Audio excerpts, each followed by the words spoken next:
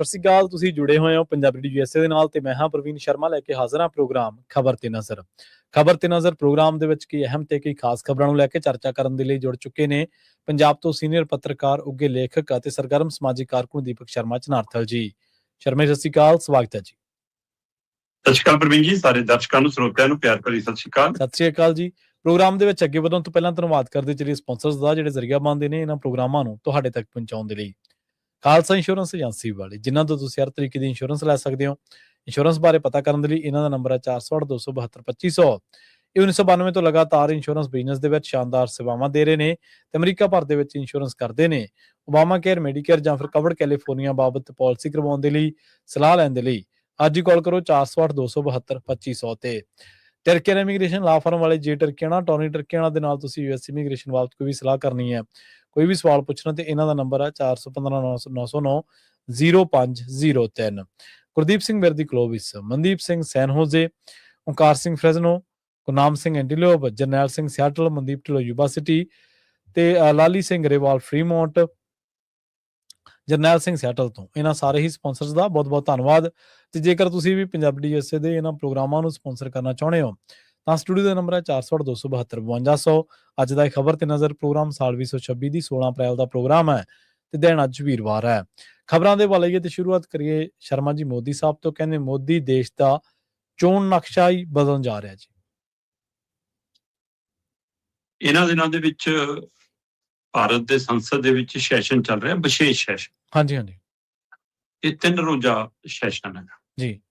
ਤੇ ਇਸ 3 ਰੋਜ਼ਾ ਸੈਸ਼ਨ ਦੇ ਵਿੱਚ ਆਧਾਰ ਇਹ ਬਣਾਇਆ ਗਿਆ ਕਿ ਅਸੀਂ ਭਾਰਤੀ ਮਹਿਲਾਵਾਂ ਨੂੰ ਰਾਜਨੀਤਿਕ ਖੇਤਰ ਦੇ ਵਿੱਚ ਹੋਰ ਮਜ਼ਬੂਤੀ ਦੇਣ ਦੇ ਲਈ ਮਹਿਲਾ ਰਾਖਵਾਂਕਰਨ ਬਿੱਲ ਦੇ ਹਵਾਲੇ ਨਾਲ ਉਸ ਨੂੰ ਅੰਤਮ ਛੋਹ ਦੇਣ ਜਾ ਰਹੇ ਹਾਂ। ਮਹਿਲਾਵਾਂ ਨੂੰ ਉਹਦਾ ਹੱਕ ਦੇਣ ਜਾ ਰਹੇ ਹਾਂ, ਜਦੋਂ ਕਿ ਉਹਦੀ ਆੜ ਦੇ ਵਿੱਚ ਕਰਨ ਜਾ ਰਹੇ ਹਾਂ ਡੀਲਿਮਿਟੇਸ਼ਨ। ਜੀ, ਹੁਣ ਡੀਲਿਮਿਟੇਸ਼ਨ ਦਾ ਮਤਲਬ ਸਿੱਧਾ ਜਿਹਾ ਫਾਰਮੂਲਾ ਹੈ ਕਿ 543 ਤੋਂ ਸਾਡੀਆਂ ਸੀਟਾਂ ਵੱਧ ਕੇ 850 ਹੋ ਜਾਣਗੀਆਂ। ਜੀ, ਹੁਣ ਵਿਰੋਧੀ ਦਲ ਰੌਲਾ ਪਾਉਂਦੇ ਆ ਵੀ ਕਿ ਤੁਸੀਂ ਇਹ ਮਹਿਲਾਵਾਂ ਦੇ ਬਹਾਨੇ ਨਾਲ ਇਹ ਕਰ ਰਹੇ ਹੋ, ਤੇ ਦੂਸਰਾ ਕਰ ਵੀ ਉਸ ਸਮੇਂ ਜਦੋਂ ਸੂਬਿਆਂ 'ਚ ਚੋਣਾਂ ਚੱਲ ਰਹੀਆਂ ਹੁਣ 5 ਸੂਬਿਆਂ 'ਚ। ਸਹੀ ਹੈ ਕਿ ਚੋਣਾਂ ਤੋਂ ਬਾਅਦ ਹੋਣਾ ਚਾਹੀਦਾ ਸੀ, ਉਹਦੇ ਤੇ ਅਸਰ ਪਾਓ, ਚੋਣ ਕਮਿਸ਼ਨ ਪੁਸਤਦਾ ਨਹੀਂਗਾ। ਪਰ ਇਹ ਸਿੱਧਾ ਮਕਸਦ ਕੱਲੀਆਂ 5 ਸੂਬਿਆਂ ਦੀਆਂ ਚੋਣਾਂ ਜਾਂ ਜਿਹੜੀਆਂ ਵੋਟਾਂ ਪੈ ਰਹੀਆਂ ਉਹਨਾਂ ਦਾ ਨਹੀਂ ਹੈ। ਮਸਲਾ ਤਾਂ ਆਉਂਦੇ ਸਮੇਂ ਤੱਕ ਆਪਣੀ ਸੱਤਾ ਪੱਕੀ ਕਰਨ ਦੀ ਕਵਾਇਦ ਹੈ। ਦੇਖੋ, ਉਹਦੇ ਵਿੱਚ 2-3 ਨੁਕਤੇ ਬੜੇ ਅਹਿਮ ਨੇ ਜੀ ਕਿ ਜੇ ਸੱਚਮੁੱਚ ਮਹਿਲਾਵਾਂ ਦਾ ਇਹ ਹੱਕ ਦਾ ਇੰਨਾ ਫਿਕਰ ਸੀ ਮੋਦੀ ਸਰਕਾਰ ਨੂੰ, ਤੇ ਫਿਰ 2023 ਚ ਪਾਸ ਹੋਇਆ ਇਹ ਬਿੱਲ 2024 ਦੀਆਂ ਲੋਕ ਸਭਾ ਚੋਣਾਂ ਤੇ ਲਾਗੂ ਕਿਉਂ ਨਹੀਂ ਕੀਤਾ? ਤੇ ਜੇ ਹੁਣ ਇਹ ਸਵਾਲ ਖੜਾ ਹੈ ਵੀ ਕਿ ਤੁਸੀਂ ਹੁਣ ਲਾਗੂ ਕਰਨ ਨੂੰ ਫਿਰਦੇ ਹੋ ਤੇ ਉਸ ਲਾਗੂ ਕਰਨ ਦੇ ਨਾਲ ਤੁਸੀਂ ਸੀਟਾਂ ਦੀ ਤਬਦੀਲੀ ਵੀ ਨਾਲ ਇਹ ਕਰ ਰਹੇ ਹੋ, ਤਾਂ ਫਿਰ ਸਵਾਲ ਹੈ ਕਿ ਕਿਹੜੇ ਆਧਾਰ ਤੇ? ਕਹਿੰਦੇ ਜੀ 2011 ਦੀ ਜਨਗਣਨਾ ਦੇ ਆਧਾਰ ਤੇ। ਜੀ, ਕਮਾਲ ਹੈ ਪ੍ਰਵੀਨ ਜੀ। ਜਨਗਣਨਾ ਤੁਸੀਂ ਨਵੀਂ ਕਰਾ ਰਹੇ ਹੋ, ਜਨਵਰੀ-ਫਰਵਰੀ ਚ ਨਵੀਂ ਜਨਗਣਨਾ ਨਿਬੜ ਜਾਣੀ ਆ। ਸਹੀ ਗੱਲ। ਤੇ ਫਿਰ ਅਸੀਂ 2011 ਦੇ ਹਿਸਾਬ ਨਾਲ ਕਿਉਂ ਚੱਲ ਰਹੇ ਹਾਂ? ਫਿਰ ਨਵੀਂ ਦਾ ਹਿਸਾਬ ਇੰਤਜ਼ਾਰ ਕਰ ਲਓ, ਕੋਈ ਗੱਲ ਨਹੀਂ। ਜੇ 29 ਚ ਨਹੀਂ ਹੋਊਗੀ ਵੋਟ ਇਹਦੇ ਅਨੁਸਾਰ ਤਾਂ ਅਗਲੀ ਵਾਰ ਕਰ ਲਿਓ। ਸਹੀ ਹੈ। ਜੇ ਜ਼ਿਆਦਾ ਲੱਗਦਾ ਪੈਸੇ ਤਾਂ ਕੋਈ ਮਸਲਾ ਨਹੀਂ ਇੰਨਾ, ਜੇ ਕਰਨਾ ਚਾਹੋ ਫਿਰ ਆ ਜਾਓ ਉਹਦੇ ਤੇ। ਦੂਸਰਾ, ਇਹ ਇਸ ਫਾਰਮੂਲੇ ਤੇ ਵੀ ਕੰਮ ਕਰ ਰਹੇ ਨੇ। ਸੀਟਾਂ ਵਧਾਉਣ ਦਾ ਕਾਰਨ ਮੁੱਖ ਤੌਰ ਤੇ ਇਹ ਵੀ ਮੰਨਿਆ ਜਾਂਦਾ ਹੈ ਕਿ ਵੀ ਜਿੰਨੇ ਅਸੀਂ ਜਿਹੜੀਆਂ ਸੀਟਾਂ ਤੋਂ ਲੜਦੇ ਹਾਂ ਉਨੀਆਂ ਸੀਟਾਂ ਸਾਡੇ ਕੋਲ ਰਹਿ ਜਾਣ, ਵਧਾ ਕੇ ਬੀਬੀਆਂ ਵਾਲੀਆਂ ਵਧਾ ਲਓ। ਨਹੀਂ ਤਾਂ ਤੁਸੀਂ ਕਹੋ ਕਿ ਪਹਿਲਾਂ 543 ਤੇ ਤਾਂ ਲਾਗੂ ਕਰੀਏ। ਸਹੀ ਹੈ। 543 ਚੋਂ 33% ਬੀਬੀਆਂ ਜਿੰਨੀਆਂ ਤੇ ਲੜਨਾ ਲੜਨ। ਅਗਲੇ ਕਹਿੰਦੇ ਕਿ ਫਲਾਣੀ ਥਾਂ ਤੋਂ ਮੈਂ ਲੜਦਾ ਮੇਰੀ ਛੁੱਟੀ ਹੋ ਜੂ, ਉਹਦੀ ਥਾਂ ਤੋਂ ਮੈਂ ਲੜਦਾ ਮੇਰੀ ਛੁੱਟੀ ਹੋ ਜੂ। ਚਾਹੇ ਕੱਲ ਨੂੰ ਘਰ ਵਾਲੀ ਨੂੰ ਬਣਾ ਲੈਣ, ਭੈਣ ਨੂੰ ਬਣਾ ਲੈਣ, ਧੀ ਨੂੰ ਬਣਾ ਲੈਣ, ਪਰ ਸੰਸਦ 'ਚ ਤਾਂ ਨਹੀਂ ਦਾਖਲ ਹੋ ਸਕਦੇ ਨਾ ਫਿਰ। ਸਹੀ ਗੱਲ ਹੈ, ਬਿਲਕੁਲ।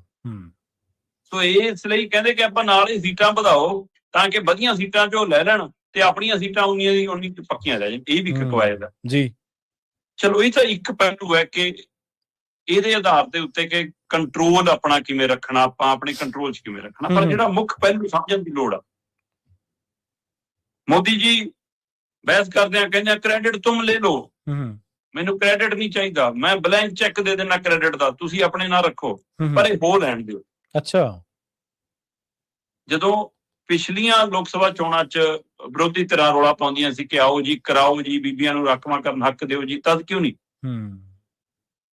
ਤੇ ਜਦੋਂ ਹੁਣ ਉੱਥੇ ਅੰਦਰ ਵੀ ਸਵਾਲ ਆਇਆ ਕਿ ਵੀ ਜਿਹੜੀ ਵਿਚਾਰਧਾਰਾ ਜੋ ਤੁਸੀਂ ਆਉਂਦੇ ਹੋ ਆਰਐਸਐਸ ਤਾਂ ਔਰਤ ਨੂੰ ਕਦੇ ਕੋਈ ਅਹੁਦਾ ਹੀ ਨਹੀਂ ਦਿੱਤਾ ਸੀ। ਸਹੀ ਹੈ। ਹੁਣ ਇੱਥੇ ਵੋਟਾਂ ਦੇ ਲਈ ਤੁਹਾਨੂੰ ਫਿਕਰ ਹੈ, ਇਹਨਾਂ ਤਾਂ ਤੁਸੀਂ ਵੋਟ ਰਾਜਨੀਤੀ ਕਰ ਰਹੇ ਹੋ। ਪਰ ਨੁਕਤਾ ਸਮਝਣ ਵਾਲੀ ਲੋੜ ਜਿਹੜੀ ਹੈ ਉਹ ਇਹ ਆ ਕਿ 2011 ਦੀ ਜਨਗਣਨਾ ਨੂੰ ਆਧਾਰ ਬਣਾ ਕੇ ਇਹ ਜਿਸ ਤਰ੍ਹਾਂ ਸੀਟਾਂ ਦੀ ਵੰਡ ਕਰ ਰਹੇ ਸੀ, ਯੂਪੀ ਬਿਹਾਰ ਵਰਗੇ 4 ਸੂਬੇ ਹੀ ਬਹੁਤ ਨੇ ਸੰਸਦ ਦੇ ਵਿੱਚ ਇੱਕ ਪਾਸੇ ਖੜ ਕੇ ਆਪਣਾ ਕੰਟਰੋਲ ਕਰਨ ਦੇ ਲਈ। ਬਾਕੀ ਸੂਬਿਆਂ ਦੀ ਗਿਣਤੀ ਕੋਈ ਅਹਿਮੀਅਤ ਨਹੀਂ ਰੱਖਣੀ। ਸਹੀ ਹੈ। ਸਰਕਾਰਾਂ ਯੋਜਨਾਵਾਂ ਲੈ ਕੇ ਆਈਆਂ ਕਿ ਤੁਸੀਂ ਜੀ ਜਨਸੰਖਿਆ ਕੰਟਰੋਲ ਕਰੋ।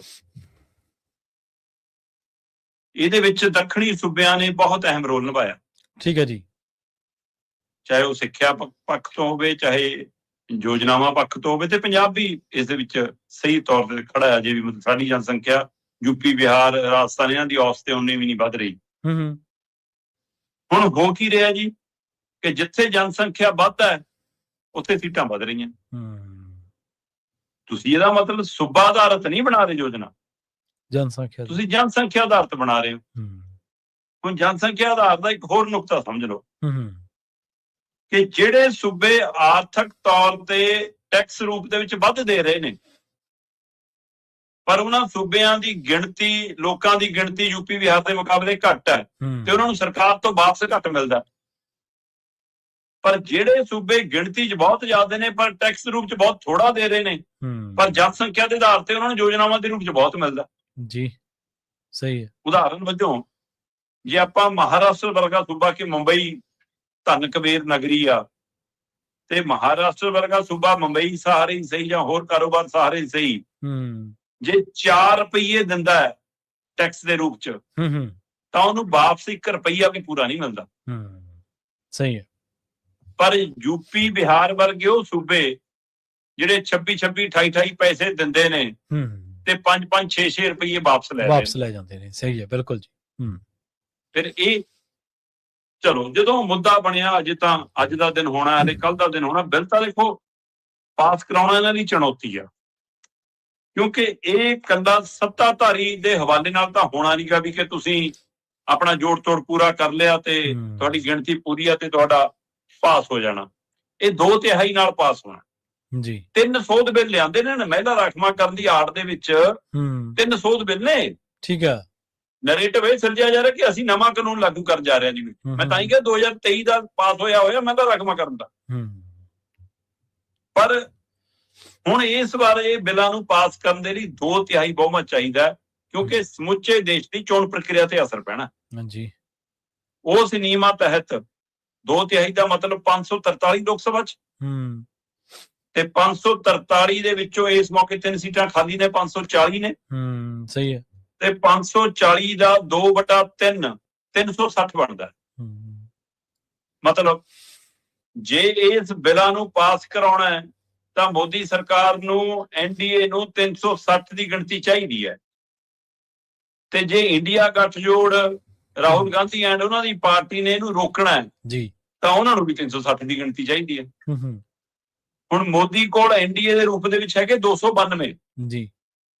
360 ਦਾ ਕਰ ਖਾਸਾ ਦੂਰ ਹੈ ਨਾ। 68 ਬੰਦੇ ਸਿੱਧੀ ਲੋੜ ਹੈ। ਉਸ ਤੋਂ ਬਾਅਦ ਇੰਡੀਆ ਗੱਠਜੋੜ ਕੋਲ 233 ਨੇ ਜੀ, ਉਹ ਤਾਂ ਨੇੜੇ ਵੀ ਨਹੀਂ ਜਾਂਦੇ ਅਜੇ ਕਿਤੇ। ਪਰ 15 ਮੈਂਬਰ ਅਜਿਹੇ ਨੇ ਜਿਹੜੇ ਨਾ ਇੰਡੀਆ ਗੱਠਜੋੜ ਦਾ ਹਿੱਸਾ ਨੇ, ਨਾ ਇੰਡੀਆ ਦਾ ਹਿੱਸਾ ਨੇ। ਠੀਕ ਹੈ। ਉਹਨਾਂ 'ਚ ਕੁਝ ਆਜ਼ਾਦ ਨੇ, ਕੁਝ ਚਲੋ ਵੱਖੋ-ਵੱਖ ਪਾਰਟੀਆਂ ਤੋਂ ਦੂਰੀ ਬਣਾ ਕੇ ਰੱਖ ਰਹੇ ਨੇ, ਉਹ ਨੇ। ਹੁਣ ਆਪਾਂ ਮੰਨ ਲਈਏ, ਜਦੋਂ ਕਿ ਸੰਭਵ ਨਹੀਂ, ਆਪਾਂ ਮੰਨ ਲਈਏ ਕਿ 15 ਦੇ 15 ਸੱਤਾਧਾਰੀ ਤੇ ਨਾਲ ਲੈ ਗਈ, 292 'ਚ 15 ਜੋੜਿਆਂ ਵੀ 307 ਹੀ ਬਣਦਾ। 53 ਦੀ ਲੋੜ ਫੇਰ ਰਹੇਗੀ। ਵੈਸੇ ਤਾਂ ਸੱਤਾਧਾਰੀ ਧਿਰ ਖਰੀਦੋ ਫਰੋਖਤ 'ਚ ਮਹਾਰਤ ਰੱਖਦੀ ਆ, ਪਰ ਕੀ ਐਕਤੀ ਜੋੜ ਤੋੜ ਬਣਿਆ ਨਹੀਂ, ਸਿਰੇ ਨਹੀਂ ਚੜ ਰਹੀ ਗੱਲ। ਸਹੀ ਗੱਲ। ਕਿਉਂਕਿ ਜਿਹੜੇ ਕੱਲ ਤੱਕ ਇਸ ਗੱਲ ਤੇ ਅੜੇ ਸੀ ਕਿ 2011 ਦੇ ਫਾਰਮੂਲੇ ਤੇ ਚੱਲਾਂਗੇ, ਤੇ ਉਹਦੇ ਫਾਰਮੂਲੇ ਦੀ ਮੈਂ ਛੋਟੀ ਜਿਹੀ ਉਦਾਹਰਨ ਦੇ ਦਿੰਦਾ ਜੀ। ਪੰਜਾਬ ਦੀਆਂ ਲੋਕ ਸਭਾ ਸੀਟਾਂ ਨੇ 13, ਇਹਨਾਂ ਦੇ ਨਿਯਮਾਂ ਤਹਿਤ ਵੱਧ ਕੇ ਹੋਣੀਆਂ ਨੇ 18, ਤੇ ਹਰਿਆਣੇ ਦੀਆਂ ਲੋਕ ਸਭਾ ਸੀਟਾਂ ਨੇ 10, ਇਹਨਾਂ ਦੇ ਫਾਰਮੂਲੇ ਤਹਿਤ ਵੱਧ ਕੇ ਉਹਦੀਆਂ ਵੀ ਹੋਣੀਆਂ ਨੇ 18। ਦੇਖ ਲਓ ਫਿਰ ਦੱਸੋ ਜੀ ਸਾਡਾ ਹੱਕ ਕਿੱਥੇ ਗਿਆ? ਕਿੱਥੇ ਗਿਆ? ਸਹੀ ਹੈ। ਅੱਛਾ, ਹੋ ਸਕਦਾ ਕਈਆਂ ਨੂੰ ਲੱਗੇ ਕਿ ਚਾਹੇ 18 ਹੋਣ ਚਾਹੇ 20 ਹੋਣ, ਚਲੋ ਵੀ 4 ਸੀਟਾਂ ਹੋਰ ਵੱਧ ਗਈਆਂ, 5 ਸੀਟਾਂ ਹੋਰ ਵੱਧ ਗਈਆਂ, ਆਪਾਂ ਹੋਰ ਲੜਾਂਗੇ। ਤੇ ਜੇ ਮੰਨ ਲਓ ਲੋਕ ਸਭਾ 20 ਹੋ ਗਈਆਂ ਤਾਂ ਲੈ ਵੀ ਵਿਧਾਨ ਸਭਾ 180 ਹੋ ਗਈਆਂ, ਆਪਾਂ ਹੋਰ ਲੜਾਂਗੇ। ਪਰ ਦਿਮਾਗ ਨੂੰ ਹੱਥ ਮਾਰਨ ਦੀ ਲੋੜ ਇਹ ਆ, ਸਾਡੇ ਮੁੱਖ ਮੰਤਰੀ ਸਾਹਿਬ ਅਜੇ ਤੱਕ ਮੈਂ ਇਸ ਮਸਲੇ ਤੇ ਕਿਤੇ ਗੱਲ ਕਰਦੇ ਵੀ ਨਹੀਂ ਦੇਖੇ। ਨਾ ਨਹੀਂ ਦੇਖੇ। ਸਹੀ ਹੈ, ਬਿਲਕੁਲ। ਕਿ ਭਾਈ ਸੰਸਦ ਦੇ ਵਿੱਚ ਸਾਡੀ ਨੁਮਾਇੰਦਗੀ ਜੇ 2% ਪਲੱਸ 2% ਹੈ ਸਾਡੀ, ਤੇ ਆ ਨਵੇਂ ਜੋੜ ਤੋੜ ਦੇ ਨਾਲ ਸਾਡੀਆਂ ਸੀਟਾਂ ਦੀ ਗਿਣਤੀ ਤਾਂ ਵੱਧਦੀ ਦਿਖਦੀ ਆ, ਚਾਹੇ 18 ਕਰ ਲਓ ਚਾਹੇ 20 ਕਰ ਲਓ, ਪਰ ਓਵਰਆਲ ਸੰਸਦ 'ਚ ਅਸੀਂ ਹੋਰ ਪਿੱਛੇ ਚਲੇ ਜਾਣਾ, ਪ੍ਰਤੀਸ਼ਤ ਦੇ ਮਾਮਲੇ ਸਾਡੀ ਗਿਣਤੀ ਹੋਰ ਘਟ ਜਾਣੀ ਹੈ, ਇੱਕ ਕੁਛ ਹੀ ਰਹਿ ਜਾਣੀ ਹੈ। ਇਹ ਸਮਝ ਦਾ ਵਿਸ਼ਾ।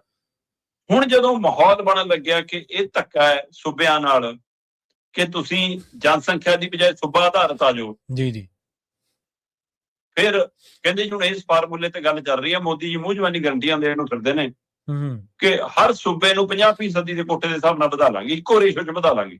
ਠੀਕ ਹੈ। ਹੁਣ ਇਹਦੀ ਉਦਾਹਰਨ ਸਮਝੋ ਕਿ ਜੇ ਇਹਨਾਂ ਦੇ ਉਸ ਪੁਰਾਣੇ ਫਾਰਮੂਲੇ ਤਹਿਤ ਸਾਡੀਆਂ 13 ਤੋਂ 18 ਹੋ ਰਹੀਆਂ ਔਰ ਹਰਿਆਣੇ ਦੀਆਂ ਵੀ 10 ਤੋਂ 18 ਹੋ ਰਹੀਆਂ, ਹੁਣ ਜੇ 50% ਵਾਲੇ ਤੇ ਆਉਂਦੇ ਨੇ ਤਾਂ 10 ਦਾ 50% 5 ਤੇ 5 ਮਿਲਾ ਕੇ ਕਿੰਨੀਆਂ ਬਣੀਆਂ ਜੀ ਉਹਨਾਂ ਦੀਆਂ? 15।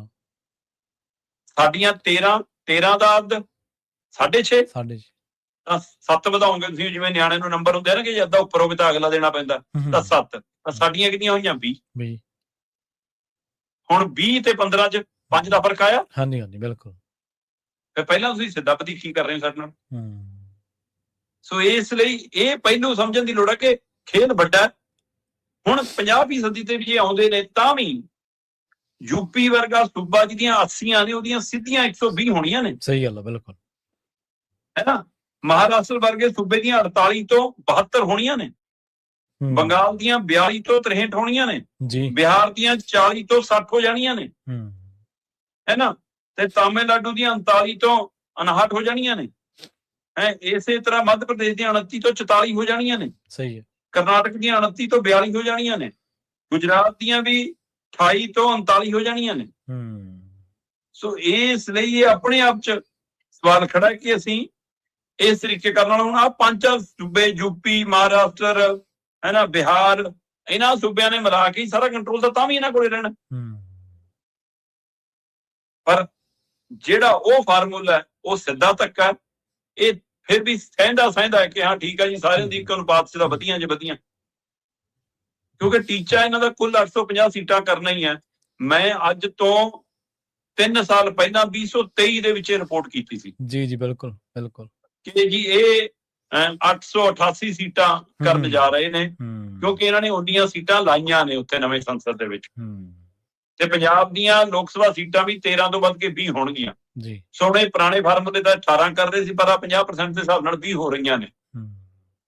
ਤੇ ਉਸ ਸਮੇਂ ਮੈਨੂੰ ਕਈ ਚੁਣੇ ਨੁਮਾਇੰਦਿਆਂ ਨੇ ਵੀ ਸਵਾਲ ਕੀਤਾ ਸੀ ਕਿ ਦੀਪਕ ਆਹ ਕੀ ਰਿਪੋਰਟ ਕੀਤੀ ਹੈ, ਜਦ ਕੋਈ ਚਰਚਾ ਹੀ ਨਹੀਂ, ਅਸੀਂ ਵੀ ਦਿੱਲੀ ਨਾਲ ਤਾਲਮੇਲ ਰੱਖਦੇ ਹਾਂ। ਸਹੀ ਹੈ। ਤੇ ਹੁਣ ਅੱਜ ਉਹੀ ਮੈਸੇਜ ਕਰਕੇ ਮੇਰਾ ਉਹ ਲਿੰਕ ਮੈਨੂੰ ਭੇਜ ਰਹੇ ਸੀ ਕਿ ਆਹ ਦੇਖੋ ਜੀ, ਮੈਂ ਕਈ ਸਾਥੀਆਂ ਨੂੰ ਫਿਰ ਸਾਂਝਾ ਕੀਤਾ ਕਿ ਆਹ ਦੇਖੋ ਭਾਈ। ਸੋ ਇਸ ਲਈ ਆ ਸਥਿਤੀ ਹੈ ਕਿ ਤੁਸੀਂ ਬਹੁਤ ਪਿੱਛੋਂ ਚੁੱਪ ਕਰਕੇ ਖੇਲ ਕਰਦੇ ਤੁਰੇ ਆਉਂਦੇ ਹੋ ਕਿ ਅਸੀਂ ਪਰਮਾਨੈਂਟ ਕੰਟਰੋਲ ਕਰ ਲਈਏ। ਇਹਦਾ ਮਤਲਬ NRC, CA, ਵੋਟ ਸੁਧਾਈ, ਇਹ ਉਹਦਾ ਅਗਲਾ ਕਦਮ ਹੈ ਜਨਾਬ। ਜੀ ਬਿਲਕੁਲ। ਅਗਲੀ ਗੱਲ ਕਰੀਏ, ਖਰੀਦ ਸ਼ੁਰੂ ਨਹੀਂ ਹੋਈ ਤੇ ਕਿਸਾਨਾਂ ਨੇ ਰੇਲ ਰੋਕੋ ਦਾ ਜਿਵੇਂ ਐਲਾਨ ਹੀ ਕੀਤਾ ਸੀਗਾ, ਤੇ ਰੇਲ ਰੋਕੋ ਵੀ ਅੱਜ ਹੋਣਾ ਜੀ। ਜੀ ਬਹੁਤ ਖੁੱਲ੍ਹੇਆਮ ਤੱਕ ਆਪਾਂ ਲਗਾਤਾਰ ਗੱਲ ਕਰਦੇ ਆਏ ਹਾਂ ਕਿ ਜਦੋਂ ਗੜੇਮਾਰੀ ਹੋਈ, ਮੀਂਹ ਵਰਿਆ, ਤੇਜ਼ ਹਵਾਵਾਂ ਚੱਲੀਆਂ, ਤਾਂ ਉਸਨੇ ਉੱਤਰੀ ਭਾਰਤ ਨੂੰ ਪੂਰੇ ਨੂੰ ਪ੍ਰਭਾਵਿਤ ਕੀਤਾ। ਖਾਸ ਕਰਕੇ ਰਾਜਸਥਾਨ ਤੇ ਪੰਜਾਬ ਇਸ ਮਾਮਲੇ 'ਚ ਕਾਫੀ ਜ਼ਿਆਦਾ ਪ੍ਰਭਾਵਿਤ ਹੋਇਆ। ਹਰਿਆਣੇ ਦਾ ਕੁਝ ਖਿੱਤਾ ਵੀ ਆਇਆ ਜਿਹੜਾ ਪੰਜਾਬ ਤੇ ਰਾਜਸਥਾਨ ਦੇ ਨਾਲ ਲੱਗਦਾ ਖੇਤਰ ਹੈ, ਪਰ ਪੰਜਾਬ ਤੇ ਰਾਜਸਥਾਨ ਦੇ ਵਿੱਚ ਸਭ ਤੋਂ ਵੱਧ ਗੜੇਮਾਰੀ, ਮੀਂਹ, ਹਵਾ, ਹਨੇਰੀ ਦੀ ਮਾਰ ਪਈ ਤੇ ਕਣਕ ਵਿਛ ਗਈ, ਤੇ ਉਹਦੇ ਕਾਰਨ ਦਾਣਾ ਸਿੱਲਾ ਵੀ ਹੋ ਜਾਂਦਾ ਤੇ ਉਹ ਪੂਰੀ ਤਰ੍ਹਾਂ ਪ੍ਰਫੁੱਲਤ ਵੀ ਨਹੀਂ ਹੁੰਦਾ। ਪਹਿਲਾਂ ਹੀ ਸਮੇਂ ਤੋਂ ਪਹਿਲਾਂ ਹੀ ਗਰਮੀ ਆ ਗਈ ਸੀ, ਉਹਦੇ ਕਾਰਨ ਵੀ ਦਾਣਾ ਸਾਡਾ ਸੁੰਗੜਿਆ ਹੋਇਆ ਮੌਜੂ ਪਹਿਲਾਂ ਹੀ ਆ। ਸੋ ਜਦੋਂ ਇਹ ਸਥਿਤੀ ਬਣੀ ਤਾਂ ਕੇਂਦਰ ਨੇ ਤੁਰੰਤ ਅਦਾਇਗੀ ਕੀਤੀ, ਰਾਜਸਥਾਨ ਦੇ ਕਿਸਾਨਾਂ ਨੂੰ ਉਹਦੀ ਨੁਕਸਾਨ ਦੀ ਭਰਪਾਈ ਕੀਤੀ ਸੀ। ਬਿਲਕੁਲ ਸਹੀ ਹੈ। ਪਰ ਪੰਜਾਬ ਦੀ ਵਾਰੀ ਨਹੀਂ ਆਈ। ਫਿਰ ਮੰਡੀਆਂ ਸ਼ੁਰੂ ਹੋ ਗਈਆਂ। ਜਿਹੜੀ ਦਿੱਕਤ ਸਾਨੂੰ ਆਈ ਉਹੀ ਦਿੱਕਤ ਸਾਡੇ ਗਵਾਂਢੀ ਸੂਬੇ ਹਰਿਆਣੇ ਨੂੰ ਵੀ ਆਈ, ਵੀ ਦਾਣਾ ਸੁੰਗੜਿਆ, ਮੋਜੂ ਹੈ, ਛੋਟਾ ਹੈ ਜੀ, ਹੈ ਨਾ ਜੀ। ਇਸ ਲਈ ਜੀ ਆਹ ਜਿਹੜੇ ਕੇਂਦਰੀ ਨਿਯਮ ਨੇ ਜੀ, ਉਹਦੇ ਹਿਸਾਬ ਨਾਲ ਕੇਂਦਰੀ ਏਜੰਸੀਆਂ ਖਰੀਦ ਨਹੀਂ ਸਕਦੀਆਂ। 3 ਦਿਨ ਹੋ ਗਏ ਜਨਾਬ ਉਹਨਾਂ ਨੂੰ ਬਦਲੇ ਹੋਏ, ਸੁਧਰੇ ਹੋਏ, ਪੈਮਾਨਾ ਘਟਾ ਕੇ, ਹੈ ਨਾ, ਇਸ ਕਣਕ ਦੇ ਹਾਣ ਦੇ ਪੈਮਾਨਾ ਕਰਕੇ ਖਰੀਦ ਦੇ ਹੁਕਮ ਮਿਲ ਗਏ। ਉਹਨਾਂ ਲਈ, ਹਰਿਆਣੇ ਲਈ ਛੋਟ ਆ ਗਈ। ਸਹੀ ਹੈ। ਸਾਡੇ ਲਈ ਟੀਮਾਂ ਆ ਰਹੀਆਂ ਨੇ ਜਾਂਚ ਕਰ, ਹੈ ਨਾ। ਟੀਮਾਂ ਦੀ ਜਾਂਚ ਤੋਂ ਬਾਅਦ ਵੀ ਜੀ ਕਹਿੰਦੇ ਜੀ ਇਹ ਰਿਪੋਰਟ ਤਾਂ ਅਸੀਂ ਦੇ ਦਿੰਦੇ ਆ ਕਿ ਪੰਜਾਬ 'ਚ 80% ਬਦਰੰਗ ਹੈ ਕਣਕ। ਪੰਜਾਬ ਦੇ ਵਿੱਚ ਹਰਿਆਣਾ, ਰਾਜਸਥਾਨ ਦੇ ਮੁਕਾਬਲੇ ਕਹਿੰਦੇ ਜੀ ਨੁਕਸਾਨ ਵੱਧ ਹੋਇਆ। ਇਹ ਰਿਪੋਰਟ ਤਾਂ ਆ ਗਈ, ਪਰ ਇਹ ਨਹੀਂ ਅਜੇ ਤੱਕ ਆਇਆ ਜੀ ਕਿ ਅਸੀਂ ਸਵੇਰ ਤੋਂ ਖਰੀਦ ਸ਼ੁਰੂ ਕਰਦੇ ਹਾਂ। ਇਸ ਬਈ ਇਹ ਕੁਦਰਤੀ ਮਾਰ ਹੈ, ਕਿਸਾਨ ਨੇ ਆਪ ਤਾਂ ਉਹ 'ਚ ਪਾਣੀ ਦੇ ਟੀਕੇ ਨਹੀਂ ਲਾਤੇ। ਸਹੀ ਗੱਲ ਹੈ, ਬਿਲਕੁਲ। ਆਪ ਤਾਂ ਉਹਨੇ ਬਰਫ਼ ਦੀਆਂ ਡਲੀਆਂ ਨਹੀਂ ਉਹਦੇ ਪਰ ਮਾਰ ਕੇ ਖਰਾਬ ਕਰ ਲਈ। ਸਹੀ ਗੱਲ ਹੈ, ਬਿਲਕੁਲ। ਕੁਦਰਤੀ ਮਾਰ ਹੈ, ਤੇ ਉਹਦੇ ਵਿੱਚ ਦੱਸੋ ਤੁਸੀਂ ਕੀ ਕਰਦੇ ਹੋ ਫਿਰ? ਸੋ ਸਰਕਾਰਾਂ ਨੇ ਜਿਹੜਾ ਰੋਲ ਨਿਭਾਉਣਾ ਸੀ ਨਹੀਂ ਹੁੰਦੇ। ਮਤਲਬ ਤੁਸੀਂ ਪੰਜਾਬ ਦੇ ਕਿਸਾਨਾਂ ਨੂੰ ਇਹ ਜਚਾਉਣਾ ਚਾਹੁੰਦੇ ਹੋ ਕਿ ਸਾਨੂੰ ਚੁਣੋ, ਫਿਰ ਤੁਹਾਡਾ ਮੁੱਲ ਪਾਵਾਂਗੇ, ਕਿਉਂਕਿ ਅਸੀਂ ਦੇਖੋ ਜੀ ਡਬਲ ਇੰਜਨ ਵਾਲਾ ਫਾਰਮੂਲਾ ਚਾਹੀਦਾ। ਇਹਦਾ ਮਤਲਬ ਸਰਕਾਰ ਦੇ ਉੱਤੇ ਸਰਕਾਰ ਵਾਂਗ ਕੋਈ ਕੰਮ ਨਹੀਂ, ਤੇ ਇੱਕ ਦੂਜੇ ਪਾਰਟੀ ਦੀ ਚੁਣੀ ਸਰਕਾਰ ਤੇ ਯਕੀਨ ਵੀ ਨਹੀਂ। ਇਹਦਾ ਮਤਲਬ ਤੇ ਮੈਨੂੰ ਸਾਡੇ ਵਾਲੇ ਮੁੱਖ ਮੰਤਰੀ ਦੀ ਸਮਝ ਨਹੀਂ ਆਉਂਦੀ ਜੀ ਕਿ ਪੰਜਾਬ 'ਚ ਖੇਤੀ ਮਾਹਰ ਨਹੀਂ ਹੈਗੇ, ਕਿ ਪੰਜਾਬ 'ਚ ਖੇਤੀ ਨੂੰ ਸਮਝਣ ਵਾਲੇ ਲੋਕ ਨਹੀਂ ਹੈਗੇ। ਯੂਨੀਵਰਸਿਟੀ ਆ ਸਾਡੇ ਕੋਲ, ਤਾਂ ਐਡੇ ਵੱਡੇ ਵਿਦਵਾਨ ਬੈਠੇ ਨੇ, ਸੁੱਚਾ ਸਿੰਘ ਗਿੱਲ, ਦਵਿੰਦਰ ਸ਼ਰਮਾ ਵਰਗੇ। ਸਹੀ ਗੱਲ ਹੈ, ਬਿਲਕੁਲ, ਹੈ ਨਾ। ਹੋਰ ਕਿੰਨੇ ਹੀ ਨੇ। ਸੋ ਤੁਸੀਂ ਆਪਣੀ ਟੀਮ ਤਿਆਰ ਕਰਦੇ। ਜਿੱਦਣ ਦਿੱਲੀ ਮੰਗਣ ਗਏ ਸੀ ਕਿ ਟੀਮ ਭੇਜੋ ਜੀ, ਉਦੋਂ ਰਿਪੋਰਟ ਦੇ ਕੇ ਆਉਂਦੇ ਕਿ ਸਾਡੀ ਟੀਮ ਦੀ ਆ ਰਿਪੋਰਟ ਹੈ ਜੀ। ਤੁਹਾਡੇ ਕੋਲ ਕੋਈ ਮਤਲਬ ਜੇ ਇਸ ਪਾਸੇ ਨੂੰ ਸਮਝ ਲਾਉਣੀ ਹੋਵੇ ਸਵਾਲ ਤਾਂ ਇਹ ਨਾ। ਤੇ ਪਰ ਜਿਨ੍ਹਾਂ ਨੂੰ ਇਹ ਲੱਗਦਾ ਕਿ ਡਬਲ ਇੰਜਨ ਵਾਲਾ ਫਾਰਮੂਲਾ ਵਾਜਬ, ਜਨਾਬ ਜੇ ਸੱਚਮੁੱਚ ਸਰਕਾਰ ਕਿਸਾਨਾਂ ਦੀ ਬਾਂਹ ਫੜਨ ਵਾਲੀ ਹੁੰਦੀ ਤਾਂ ਤੁਹਾਨੂੰ 385 ਦਿਨ ਦਿੱਲੀ ਦੀਆਂ ਸੜਕਾਂ ਤੇ ਰੁਲਣਾ ਪੈਂਦਾ। ਸਹੀ ਗੱਲ, ਬਿਲਕੁਲ ਸਹੀ। ਸੋ ਇਸ ਲਈ ਇਹ ਤਾਂ ਉਹ ਕਿੜ ਵੀ ਕੱਢ ਲੈਣਗੇ, ਚੇਤੇ ਰੱਖਿਓ। ਜੀ ਸਹੀ ਹੈ। ਤੇ ਅਮਰਿਤਪਾਲ ਸਿੰਘ ਜੇਲ੍ਹ ਤੋਂ ਕਹਿੰਦੇ ਬਾਹਰ ਆ ਰਿਹਾ, ਪਰ ਕਈ ਖਦਸ਼ੇ, ਸਵਾਲ ਬਰਕਰਾਰ ਨੇ ਜੀ। ਦੇਖੋ, ਅਮਰਿਤਪਾਲ ਸਿੰਘ ਹੋਰਾਂ ਦੀ ਧਿਰ ਵੱਲੋਂ ਲਗਾਤਾਰ ਅਦਾਲਤ 'ਚ ਚਾਰਜੋਈ ਕੀਤੀ ਗਈ ਕਿ ਸਾਨੂੰ ਸੰਸਦ ਦੇ ਸੈਸ਼ਨਾਂ 'ਚ ਹਿੱਸਾ ਲੈਣ ਦੀ ਇਜਾਜ਼ਤ ਮਿਲੇ। ਠੀਕ ਹੈ ਜੀ। ਤੇ ਹਰ ਵਾਰ ਮਤਲਬ ਅੰਮ੍ਰਿਤਸਰ ਦੇ DC, SSP ਲਿਖ ਕੇ ਦਿੰਦੇ ਸੀ, ਨਾ ਜੀ ਖਤਰਨਾਕ ਹੈ ਜੀ, ਜੇ ਬਾਹਰ ਆ ਗਿਆ ਇਹ ਤਾਂ ਜੀ ਪੰਜਾਬ 'ਚ ਪਾਣੀਆਂ ਨੂੰ ਅੱਗ ਲੱਗ ਜੂ, ਐ ਹੋ ਜੂ। ਤੇ ਹੁਣ ਕੀ DC ਤੇ SSP ਆਪਣੇ ਦਮ ਤੇ ਲਿਖ ਕੇ ਦਿੰਦੇ ਨੇ?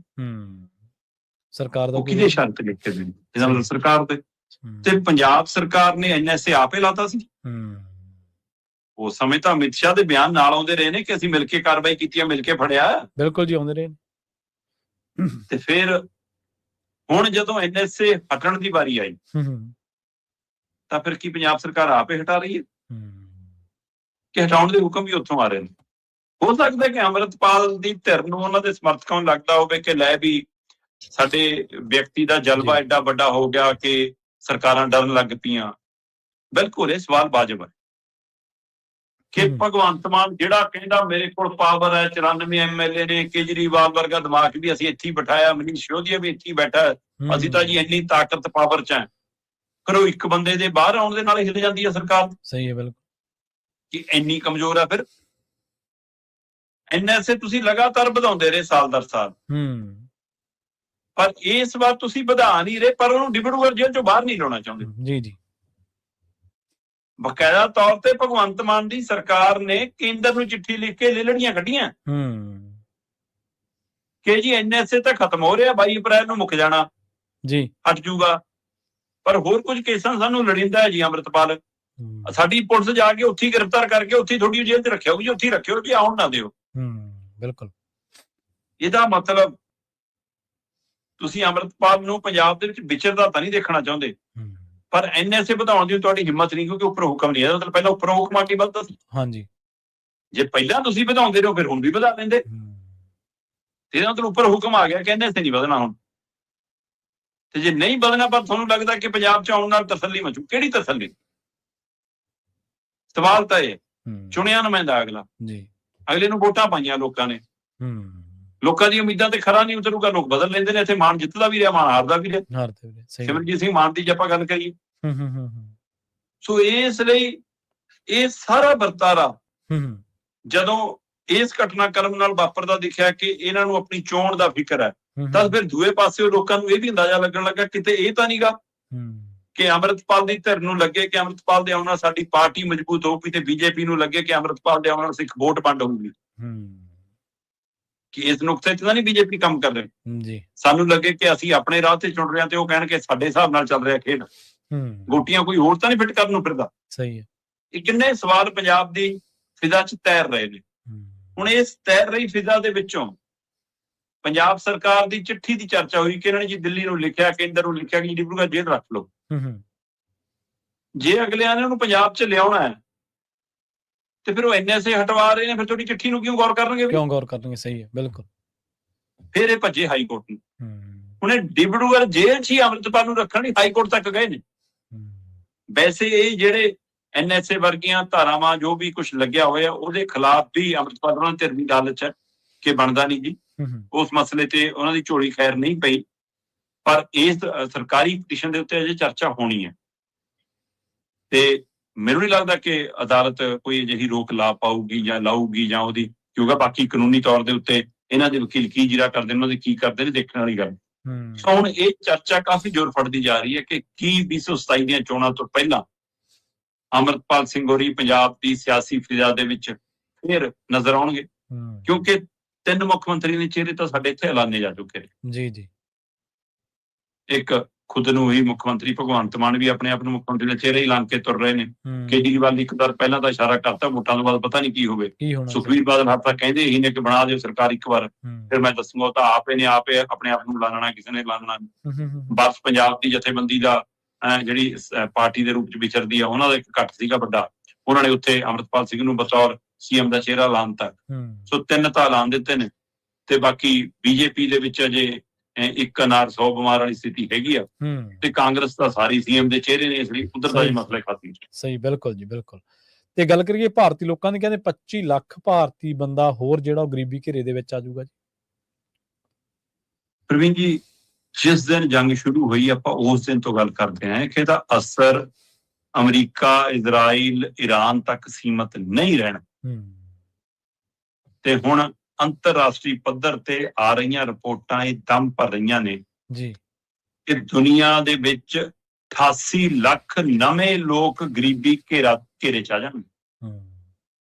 ਗਰੀਬੀ ਦਰ ਤੋਂ ਥੱਲੇ ਜਾਣ ਵਾਲੀ ਜਨਸੰਖਿਆ ਦੇ ਵਿੱਚ ਨਵੇਂ 88 ਲੱਖ ਲੋਕ ਸ਼ਾਮਲ ਹੋ ਜਾਣਗੇ। ਤੇ ਜੇ ਉਹ 88 ਲੱਖ ਲੋਕ ਸ਼ਾਮਲ ਹੁੰਦੇ ਤਾਂ ਉਹਨਾਂ ਚ 25 ਲੱਖ ਦੀ ਗਿਣਤੀ ਇਕੱਲੇ ਭਾਰਤੀਆਂ ਦੀ ਹੋ ਸਕਦੀ ਹੈ। ਸਹੀ ਹੈ, ਬਿਲਕੁਲ। ਇਹ ਅੰਕੜਾ ਆ ਰਿਹਾ ਹੈ ਕਿ ਜੇ ਇਸੇ ਤਰ੍ਹਾਂ ਸਥਿਤੀ ਤਣਾਅ ਬਣੀ ਰਹੀ ਤਾਂ 4 ਲੱਖ ਤੋਂ ਲੈ ਕੇ 25 ਲੱਖ ਤੱਕ ਭਾਰਤੀ ਲੋਕ ਇਸ ਗਰੀਬੀ ਰੇਖਾ ਦੇ ਦਾਇਰੇ ਚ ਆ ਸਕਦੇ ਨੇ। ਔਰ ਉਹਦੇ ਕਾਰਨ ਬੜੇ ਸਪਸ਼ਟ ਨੇ, ਜਿਹੜੇ ਸਭ ਨੂੰ ਸਮਝ ਆਉਂਦੇ ਨੇ ਕਿ ਭਾਈ ਜਿਵੇਂ ਖਾਦ ਦੇ ਉੱਤੇ ਅਸਰ ਪੈ ਰਿਹਾ, ਜਿਵੇਂ ਖਾਣ ਵਾਲੇ ਪਕਾਉਣ ਵਾਲੇ ਤੇਲ ਦੇ ਉੱਤੇ ਅਸਰ ਪੈ ਰਿਹਾ, ਜਿਵੇਂ ਗੈਸ ਤੇ ਗੱਡੀਆਂ ਚ ਚੱਲਣ ਵਾਲਾ ਪੈਟਰੋਲ ਡੀਜ਼ਲ ਤੇ ਅਸਰ ਪੈ ਰਿਹਾ। ਸੋ ਇਹ ਸਾਰੀਆਂ ਚੀਜ਼ਾਂ ਨਾਲ ਜਿਹੜਾ ਆਰਥਿਕ ਗੇੜਾ ਘੁੰਮਦਾ, ਚਾਹੇ ਉਹ ਬੱਸ ਦਾ ਪਹੀਆ ਘੁੰਮੇ, ਚਾਹੇ ਉਹ ਟੈਂਪੂ ਦਾ ਪਹੀਆ ਘੁੰਮੇ, ਚਾਹੇ ਉਹ ਕਾਰ ਦਾ ਪਹੀਆ ਘੁੰਮੇ, ਤੇ ਉਹ ਜਦੋਂ ਇਹ ਮਹਿੰਗਾ ਘੁੰਮੂਗਾ ਤਾਂ ਉਹਦੇ ਵਿੱਚ ਲੱਦੇ ਸਮਾਨ ਦੀ MRP ਜਦੇ ਬਦਲ ਜਾਣੀ ਆ। ਸੋ ਉਹ MRP ਜਦੋਂ ਬਦਲਦੀ ਆ ਤਾਂ ਫਿਰ ਜਾਂ ਤਾਂ ਲਿਫਾਫੇ ਦਾ ਵਜਨ ਘਟਾਉਂਦੇ ਨੇ ਜਾਂ MRP ਵਧਾਉਂਦੇ ਨੇ। ਸੋ ਦੋਵਾਂ ਚੋਂ ਜੋ ਮਰਜ਼ੀ ਵਧੇ, ਉਹਦਾ ਘਟੇ ਵਧੇ, ਉਹਦਾ ਅਸਰ ਸਿੱਧਾ ਆਮ ਲੋਕਾਂ ਤੇ ਪੈਣਾ ਹੀ ਪੈਣਾ। ਸੋ ਇਸ ਲਈ ਮੰਨਿਆ ਜਾ ਰਿਹਾ ਸੀਗਾ, ਸਾਡੀਆਂ ਇੱਧਰਲੀਆਂ ਜਿਹੜੀਆਂ ਰਿਪੋਰਟਾਂ ਨੇ ਸੀ ਕਿ ਮਈ ਦੇ ਵਿੱਚ ਮਹਿੰਗਾਈ ਦਰ ਨੇ ਖਾਸਾ ਰਿਕਾਰਡ ਤੋੜਨਾ।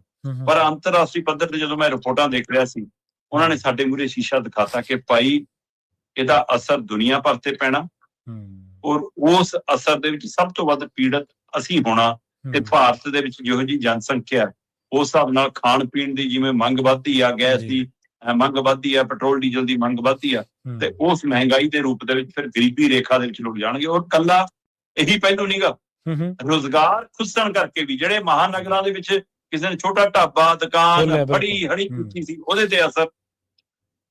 ਠੀਕ ਹੈ ਨਾ। ਸਹੀ ਹੈ। ਸੋ ਇਸ ਲਈ ਕੰਪਨੀਆਂ ਨੇ ਆਪਣੇ ਬੰਦੇ ਘਟਾਤੇ ਮੁੜ ਕੇ ਦੁਬਾਰਾ, ਉਹ ਅਸਰ, ਲੋਕ ਫਿਰ ਪਿੰਡਾਂ ਨੂੰ ਮੁੜੇ, ਉਹ ਅਸਰ।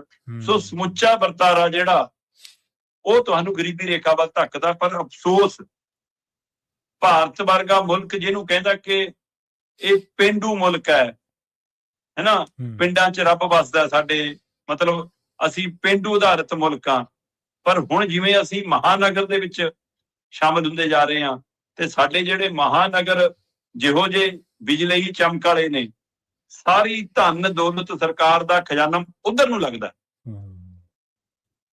ਤੇ ਉੱਥੋਂ ਖਾਲੀ ਹੋ ਕੇ ਜਦੋਂ ਬੰਦਾ ਪਿੰਡ ਮੁੜਦਾ ਤੇ ਫਿਰ ਉਹਦੇ ਪੱਲੇ ਨਾ ਦਾਣੇ ਹੁੰਦੇ ਨੇ ਤੇ ਨਾ ਖਿੱਸੇ 'ਚ ਚਾਰ ਸਿੱਕੇ ਹੁੰਦੇ ਨੇ। ਸੋ ਇਸ ਲਈ ਜੇ ਪਿੰਡ 'ਚ ਅਸੀਂ ਪਹਿਲਾਂ ਹੀ ਟਿਕੇ ਰਹਿੰਦੇ ਤਾਂ ਅਸੀਂ ਪਿੰਡ ਵਾਲਾ ਜਿਹੜਾ ਅਰਥਚਾਰਾ ਸੀ ਉਹ ਗੋਲ ਚੱਕਰ ਜਿਹੜਾ ਤੋੜ ਲਿਆ, ਉਹਦਾ ਅਸਰ ਬਹੁਤ ਦੂਰ ਤੱਕ ਜਾਣਾ। ਸੋ ਇਸ ਲਈ ਇਹ ਬੜੀ ਚਿੰਤਾਜਨਕ ਸਥਿਤੀ ਹੈ। ਰਿਪੋਰਟ ਬਹੁਤ ਫਿਕਰ ਵਧਾਉਂਦੀ ਆ, ਪਰ ਮੈਂ ਨਹੀਂ ਅਜੇ ਤੱਕ ਕੋਈ ਸੂਬਾ ਸਰਕਾਰ ਜਾਂ ਕੇਂਦਰ ਸਰਕਾਰ ਜਾਂ ਵਿਰੋਧੀ ਧਿਰਾਂ ਇਹਨਾਂ ਮਸਲਿਆਂ ਤੇ ਗੰਭੀਰਤਾ ਨਾਲ ਮੰਥਨ ਕਰਦੀਆਂ, ਕੋਈ ਮੀਟਿੰਗ ਬੁਲਾਉਂਦੀਆਂ, ਕੋਈ ਸੈਸ਼ਨ ਬੁਲਾਉਂਦੀਆਂ ਦੇਖੀਆਂ ਸੁਣੀਆਂ।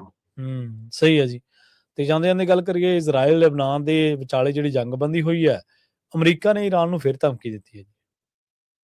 ਦੇਖੋ, ਇਹ ਇੱਕ ਪਾਸੇ ਤਾਂ ਸੁਖਾਵੀਂ ਖਬਰਾਂ ਆਈ ਜਾਂਦੀਆਂ, ਉਹਦੇ ਵਿੱਚੋਂ ਇਹ ਹੈ ਕਿ ਲਗਾਤਾਰ ਇਜ਼ਰਾਈਲ ਜਿਵੇਂ ਲੈਬਨਾਨ ਤੇ ਹਮਲੇ ਕਰ ਰਿਹਾ ਸੀ, ਹੁਣ ਅਗਲੇ 10 ਕੁ ਦਿਨਾਂ ਲਈ ਜਿਵੇਂ ਸੀਜ਼ ਫਾਇਰ ਦੀ ਗੱਲ ਹੋਈ ਹੈ, ਤਾਂ ਇਸ ਦੇ ਵਿੱਚੋਂ ਉਮੀਦ ਜਾਗੀ ਹੈ ਕਿ ਹੁਣ ਅਮਰੀਕਾ ਤੇ ਈਰਾਨ ਵਾਲੀ ਗੱਲ ਵੀ ਸਿਰੇ ਚੜ ਸਕਦੀ ਹੈ, ਬਸ਼ਰਤੇ ਉਹਦੇ ਵਿੱਚ ਇਹ ਸਾਰੀਆਂ ਚੀਜ਼ਾਂ ਸ਼ਾਮਲ ਹੋ ਜਾਣ। ਜਿਸ ਤਰ੍ਹਾਂ ਚੀਨ ਨੇ ਇੱਕ ਵਾਰ ਅੱਖਾਂ ਦਿਖਾਈਆਂ ਸੀ ਕਿ ਆ ਜਾਓ ਫਿਰ ਮੈਂ ਵੀ ਸਿੱਧਾ ਜੰਗ ਚ ਆਉਣ ਨੂੰ ਤਿਆਰ ਹਾਂ ਜੇ ਆਹ ਧੱਕਾ ਕਰਾਉਂਗੇ, ਉਸੇ ਚੀਨ ਨੇ ਹੁਣ ਈਰਾਨ ਨੂੰ ਵੀ ਸਲਾਹ ਦਿੱਤੀ ਹੈ ਕਿ ਹੁਣ ਆਪਾਂ ਨੂੰ ਹੋਰਮੁਜ਼ ਖੋਲ ਦੇਣਾ ਚਾਹੀਦਾ ਜੀ। ਇਹਦਾ ਮਤਲਬ ਕਿ ਬੈਕਡੋਰ ਕੋਈ ਅਜਿਹੀ ਗੱਲ ਵੀ ਚੱਲ ਰਹੀ ਹੈ ਕਿ ਅਮਰੀਕਾ ਵੀ ਪਰੇ ਹੋ ਜਾਊਗਾ ਹੋਰਮੁਜ਼ ਤੋਂ ਤੇ ਆਪਾਂ ਵੀ ਪਹਿਲਾਂ ਮੰਗ ਲਾਂਘਾ ਦੇ ਦਈਏ, ਕਿ ਇਸ ਦੇ ਉੱਤੇ ਵੀ ਗੱਲ ਚੱਲ ਰਹੀ ਹੈ। ਪਰ ਈਰਾਨ ਕਹਿੰਦਾ ਮੇਰਾ ਖਜ਼ਾਨਾ ਕਿੱਥੋਂ ਪੂਰਾ ਹੋਊਗਾ, ਜੇ ਮੈਂ ਟੋਲ ਨਹੀਂ ਵਸੂਲੂਗਾ ਤਾਂ ਨਹੀਂ ਪੂਰਾ ਹੁੰਦਾ, ਮੈਂ ਟੋਲ ਨਹੀਂ ਵਸੂਲਦਾ ਤੁਸੀਂ ਦੇ ਦਿਓ ਮੇਰਾ ਖਜ਼ਾਨਾ ਜਿੰਨਾ ਨੁਕਸਾਨ, ਉਹਨੂੰ ਚੀਨ ਭਰੂਗਾ ਖਜ਼ਾਨਾ ਕਿ ਅਮਰੀਕਾ ਭਰਨ ਲਈ ਤਿਆਰ। ਸਹੀ। ਸੋ ਇਹਦੇ ਵਿੱਚ ਟਰੰਪ ਦੀਆਂ ਪਹਿਲਾਂ ਇਹ ਵੀ ਬਿਆਨ ਆਏ ਕਿ ਵੀ ਸਾਡੀ ਅਗਲੇ 2 ਦਿਨਾਂ 'ਚ ਗੱਲਬਾਤ ਫਿਰ ਸ਼ੁਰੂ ਹੋਣੀ ਆ, ਗੱਲ ਸਿਰੇ ਚੜ ਸਕਦੀ ਆ। ਪਰ ਅਮਰੀਕਾ ਦੇ ਉਪ ਰਾਸ਼ਟਰਪਤੀ ਦਾ ਮੈਂ ਬਿਆਨ ਦੇਖ ਰਿਹਾ ਸੀਗਾ, ਉਹ ਕਹਿੰਦੇ ਵੀ ਅੱਜ ਸਾਡੀਆਂ ਫੌਜਾਂ ਤਿਆਰ ਨੇ, ਟਰੰਪ ਦੇ ਇੱਕ ਇਸ਼ਾਰੇ ਦੀ ਲੋੜ ਹੈ, ਜੇ ਈਰਾਨ ਸਮਝੌਤੇ ਤੇ ਨਹੀਂ ਆਉਂਦਾ ਫਿਰ ਅਸੀਂ ਹਮਲਾ ਕਰਾਂਗੇ। ਹੁਣ ਇਹਦੇ ਵਿੱਚੋਂ ਜ਼ਬਰਦਸਤੀ ਦੀ ਬੂ ਆਉਂਦੀ ਆ ਕਿ ਤੁਸੀਂ ਆਪਣੀਆਂ ਸ਼ਰਤਾਂ ਤੇ। ਸੋ ਇਸ ਲਈ ਜਿੱਥੇ ਉਮੀਦ ਜਾਗੀ ਆ ਕਿ ਮੁੜ ਕੇ ਸਮਝੌਤੇ ਦੀ ਗੱਲ ਤੁਰੂਗੀ, ਸ਼ਾਂਤੀ ਦੀ ਗੱਲ ਤੁਰੂਗੀ, ਉੱਥੇ ਖਤਰੇ ਦਾ ਬੱਦਲ ਵੀ ਅਜੇ ਮੰਡਰਾ ਰਿਹਾ, ਉਹ ਵੀ ਅਜੇ ਟਲਿਆ ਨਹੀਂ ਹੈ। ਸੋ ਇਸ ਸਥਿਤੀ ਦੇ ਵਿੱਚ ਦੁਨੀਆ ਭਰ ਨੂੰ ਫਿਕਰ ਹੈ, ਪਰ ਆਪਾਂ ਅਮਨ ਦੀ ਗੱਲ ਕਰਨ ਵਾਲੇ ਲੋਕ ਉਮੀਦ ਕਰਦੇ ਹਾਂ ਕਿ ਸ਼ਾਂਤੀ ਦੀ ਗੱਲ ਹੋਵੇ ਹੀ ਨਾ, ਸ਼ਾਂਤੀ ਵੀ ਹੋਵੇ। ਸਹੀ ਹੈ ਜੀ, ਬਿਲਕੁਲ। ਸ਼ਰਮਾ ਜੀ, ਇਹਨਾਂ ਖਾਸ ਖਬਰਾਂ ਤੇ ਖਾਸ ਜਾਣਕਾਰੀਆਂ ਦੇ ਲਈ ਤੁਹਾਡਾ ਬਹੁਤ ਧੰਨਵਾਦ ਜੀ। ਸਤਿ ਸ਼੍ਰੀ ਅਕਾਲ ਜੀ। ਪ੍ਰੋਗਰਾਮ ਖਬਰ ਤੇ ਨਜ਼ਰ ਨੂੰ ਆਪਾਂ ਇੱਥੇ ਸਮਾਪਤ ਕਰਾਂਗੇ। ਤੁਹਾਡਾ ਸਾਰਿਆਂ ਦਾ ਵੀ ਬਹੁਤ ਧੰਨਵਾਦ। ਸਤਿ ਸ਼੍ਰੀ ਅਕਾਲ। ਇਸੇ ਤਰ੍ਹਾਂ ਜੁੜੇ ਰਹੋ ਪੰਜਾਬੀ ਰੇਡੀਓ USA ਦੇ ਨਾਲ।